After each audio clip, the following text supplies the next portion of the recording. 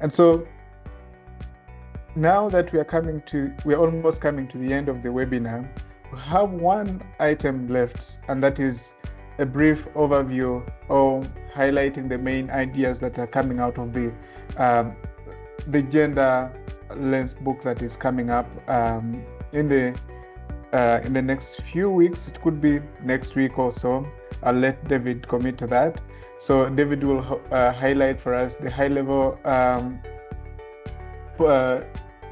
insights from the report and tools that private sector actors can use in terms of mainstreaming gender in the design of their financial services and products, but also in the way they work with refugees to leverage the resources that we have as Masiko, but also what Refine has developed in the last few years that can help other actors address the gender gap.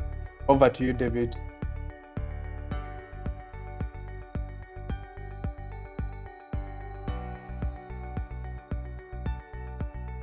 Great, thank you, Ezekiel. So thanks. I think we've been doing great on time. I'm going to make this session very short. So a few of you may have been at the first launch, right? And I think you saw the report. I'm sure an interesting something that is probably obvious. One may think that what has changed so much between, in terms of the refugee finance sector, right, to warrant an entire report, right, right from the first release, right. So it's a second release, but it's not.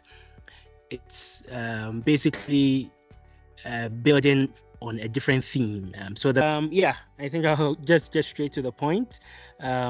So we are this report focuses largely on gender, right? And like we've been talking about, and we are sort of unpacking some of those key issues.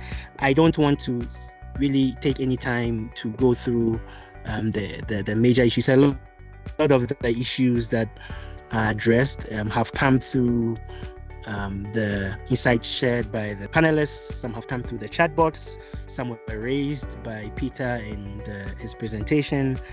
Some of the areas we found out in the midline, right? But in addition to what we are sharing in the report, right? We actually want to help.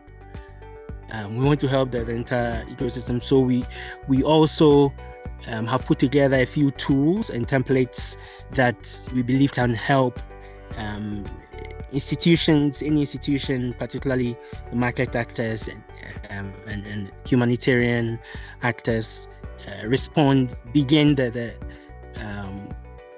gender mainstreaming journey as quickly as possible, right? Because I know that sometimes we do trainings and we know what the main ideas are, but something that can help you to practically start doing this, measuring this, right, and basically knowing how to even know where you are along the gender transformation continuum. It can be a challenge. So the next 5 minutes, very quickly, I'm just going to go through a few of the tools which are in the book as well, the very final chapter that would basically help anyone, any institution. We are all representing our institutions here, but it can help anyone. You can work with your gender fertile person. You can work with anyone in middle management or senior management to actually operationalize a lot of what we've been talking about, right? So just to share my screen briefly, and then just to correct, to maybe add to what Ezekiel said, so that the report will not be coming out next in a few weeks. It actually will be coming out this week, so please stay tuned. You should be receiving it by the end of by Thursday. Sorry, by the end of this week. That's Friday. So kindly be on the lookout. Let me know if you see my screen briefly. Yes. Right. So just a sneak preview. That's what it's going to look like. But secondly, the very first tool, there are a number of tools. Just very quickly walk through three of them. The first one is it's really where we advise everyone to start, a self-assessment tool, right? Just a canvas, very, very simple. So I don't need to say much. It's very self-explanatory. It's just a checklist, more or less, right? There's a scale, A, B, C, A, basically meaning I have little to no capacity in this area, right? C, meaning that it's ongoing, it's being systematically implemented, right? And there are a list of different activities or capacities that are in this table that we need the user to score, basically. So you just go through 1 all the way through to 15, just rate it together, probably with your gender focal person or with your senior management representative. One, you have a policy and a strategy for taking into account inequalities between women and men. Do you have anything on paper? Do you have a strategy? Yes or no? And it's not just a yes or no, but which point? Is it an A, B, or a C? Is it in development? Is it not there at all? Or is it already implemented? It talks about other areas. There's areas on anti-sexism, harassment policy, gender responsive budgeting, using the epicene language, all of that. And it basically is a quick and very easy way to rate yourself, know where you are. There's a further scale that shows you for each, from the number of A's you get, number of B's you get, you know where you actually, whether you are doing well, whether it will actually offer opportunities for you to actually scale up and improve, right? So very simple tool. We recommend using this to get started. Next one is another one that we know nearly everybody is familiar with, but sometimes people struggle to start. This is our gender statement. We, like I said, underwent some of these activities ourselves with our partners because we had to sort of force we had to force some of our partners to sort of articulate their position on gender. Very, very simple statement for an institution. You have a vision, you have your why, you have your how, you have your full gender statement.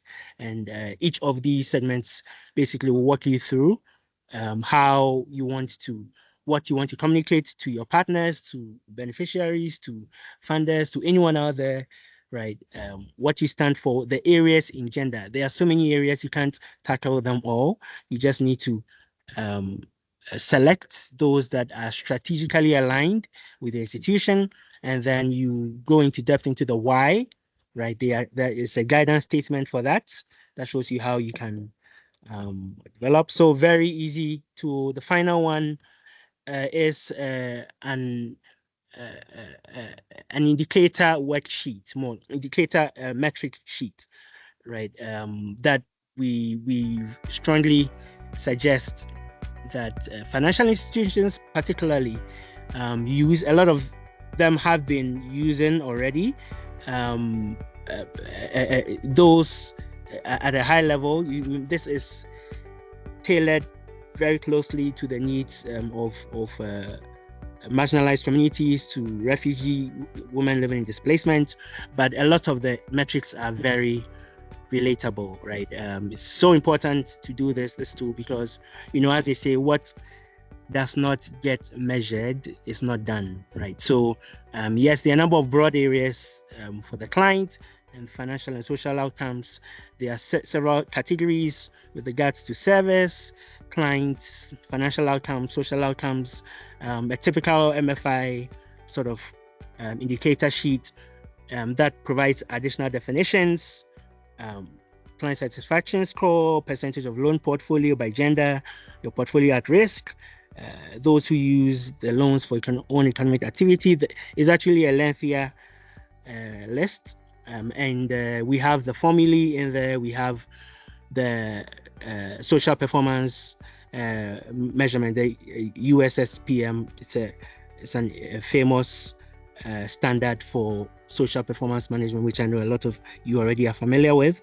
And so it also allows you to benchmark against some of these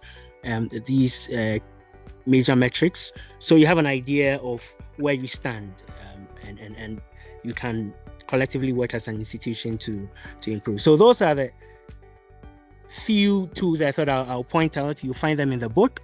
There will be some guidance notes on how to actually appropriate them. So it's not just, you'll not just be getting text and facts and figures. You would actually be getting practical guidance on how to get from level 0 to maybe 10. All right, thank you very much. I think with that, I'll hand over back to Ezekiel. Thank you so much, questions. David. Yeah. Thank you so much, David. Apologies, we've gone over time by 2 minutes, but we've come to the end of the webinar. I would want to say thank you so much to everyone that spared time to attend this webinar. We'll be circulating or sharing the version of the report with you when it comes out by Friday this week. You'll find their tools, but also if you did not receive the first series of the State of the Sector report in terms of refugee finance, we'll also be recirculating that. Please put a request here in the chat. We will also be responding to some of the questions that are outstanding in the chat, and you'll be receiving those. So many thanks to all of you for attending. Have yourselves, and thank you, David and the Refine team, for presenting this to us. Thank you to David and Alice from Vision Fund and Finca, respectively. Have yourselves the best of the rest of the day.